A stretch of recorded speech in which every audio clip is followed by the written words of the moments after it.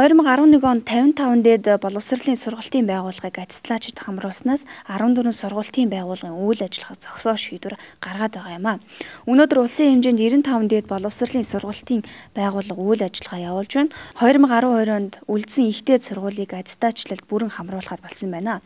Аттестатчлах комиссийн бүрэлдэхүүнд боловсрол соёл шинжилх ухааны яамны холбогдох газрын дарга мэргэжилтэн, улсын мэргэжлийн хяналтын ерөнхий газар, Монголын их дээд сургуулиудын консорциум, Монголын хувийн их дээд сургуулиудын холбоо, Монголын үйлдвэрчний эвлэл, Монголын оюутны холбоо, мэргэжлийн номын санчид зэрэг төлөөллөг оролцуулсан байна. За 11 оны намрын аттестатчлалын дүнгээр бол нийтдээ одоо 4 сургуулийн сургалтын ажил эрхлэх тусгай шуурлыг бол хүчингү болгосон. За нэг сургуулийг бол өөр сургуультай нэгтгэх замаар сургалтын үйл ажиллагааг бол одоо тусгай шуурланд хүчингү болгож байгаа. За эдгээр сургуулиуд ер нь нийтлэг сургуулиудаар ямар зөрчил дутагдал илэрч байгаа гэхээр ер нь одоо дээд боловсролыг чанартай болгохын тулд тухайн сургууль өөрийн гэсэн одоо сургалтын байртай байх ёстой гэсэн юм одоо шаардлага бол манай энэ аттестатчил тэнцээгүй сургуулиудаар голлож бол энэ зөрчил бол байгаа. За дараа нь бол өнөөдөр бас сургалт чанартай явахд бол багш одоо хамгийн гол чухал асуудал. За тэр дундаа тухайн сургуулиудад багшилж байгаа үндсэн багшийн асуудал чухал. Тийм учраас үндсэн багшийн одоо эзлэх хувь бол 70%-аас дээш байх ёстой гэсэн юм одоо чанарын одоо үзүүлэлт бол тавьж байгаа. Энд бол ихэнх сургууль бол санхахгүй байгаа. За мөн сургуулийн одоо бас сургалтын үйл ажиллагаа хэвэн явагдахад бол сургуулийн номын сан бол чухал.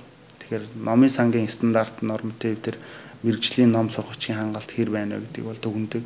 За энэ дээр аттестатчил тэнцээгүй сургуулиуд нэлээд хангалтгүй дан үзүүлсэн байх жишээтэй. Боловсролын яамнаас явуулсан аттестатчлалд Хантайшир коллеж, Гүүр коллеж, Старс коллеж, Монгол фермер коллежууд тэнцээгүй бөгөөд сургалт эрхлэх тусгай зөвшөөрлийг 2012 оны 1-р сарын 25-ны өдрөөс эхлэн цуцлахаар болсон байна. Ер нь бол тэгсэн дээр штэ. Дандаа нэг чанаргүй олон сургуулиуд байжснаас тэгээд тэр олгоныг төгсөж байгаа одоо диплом авсан оюутнууд маань ажилгүй байж гин тий. Эргээд одоо лангуун дээр худалдагч юм хийж ш. Тэгэхээр тэр одоо чанарын юу тавьсан л зүгээр л гэж бодож байна. Аттестаттай байсан л зүг байх гэж бодож байна. Аттестатчлалд тэнцсэн хүрээ дээд сургуулийн докторийн сургалт эрхлэхийг Их Монгол дээд сургуулийн дуулах эрх зүйн бакалаврын эсэлтийг эх оны хичээлийн жилээс аттестатчлагдаагүй Олимп Эко-Аз коллежийн зарим мэргэжлэр эсэлт авахыг бүрэн зогсоогоод байгаа юм байна. Ийхүү нэгэн үе 170 шахаж байсан их дээд сургуулийн тоо 95 бол цөөрснөөр манай улсын сургалтын чанар сайжрахад хүрч байгаа юм а.